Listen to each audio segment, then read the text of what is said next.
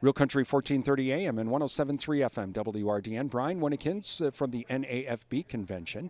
Thank you to our broadcast sponsors, including the Wisconsin Soybean Marketing Board, Wisconsin Corn Growers Association, Wisconsin Farmers Union, Synergy Co-op, Osteoplastics, Compeer Financial, Animal Wellness Center of Buffalo Valley, Annabis Silo, and Elsivia Co-op. Joining me is Belinda Burrier. She is with the United Soybean Board and Infrastructure committees, and she's a Maryland farmer, and we're going to talk about some of the things that the United Soybean Board is doing with infrastructure. And Belinda, thanks for joining us. Well, I know for the state of Wisconsin, in the western part of the state along the Mississippi River, from the far southern part of the state up to St. Paul, they had that area declared a port by the Army Corps of Engineers. They were able to get that passed.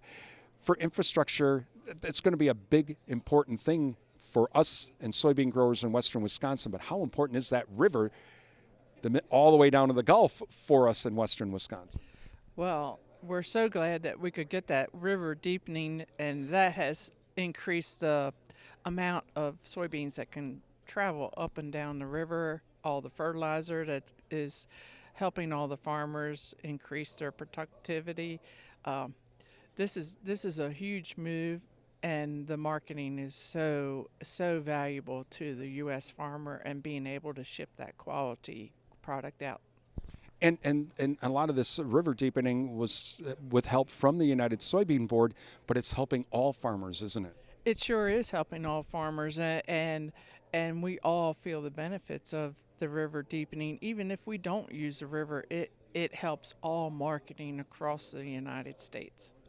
Also in Wisconsin, the Port of Milwaukee now has a new agricultural port. Now, their products go through the St. Lawrence Seaway, and sometimes we all forget about the importance of that. St. Lawrence Seaway is a big important shipping channel, and we're working on some new investments in that area also. So, to help the American farmer be able to ship to and fro, I mean, this is the ultimate to be able to support the farmers.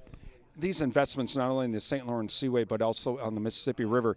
Okay, it's the river deepening, but, the Locken Dam in Elma was built in like 33, 34. I mean, we got to get these things redone. Is there ways that the Soybean Board's going to try to help to get these locks and dams modernized? Because, yeah, great-grandpa really built some pretty nice stuff, but there's this point where it's going to start to fail.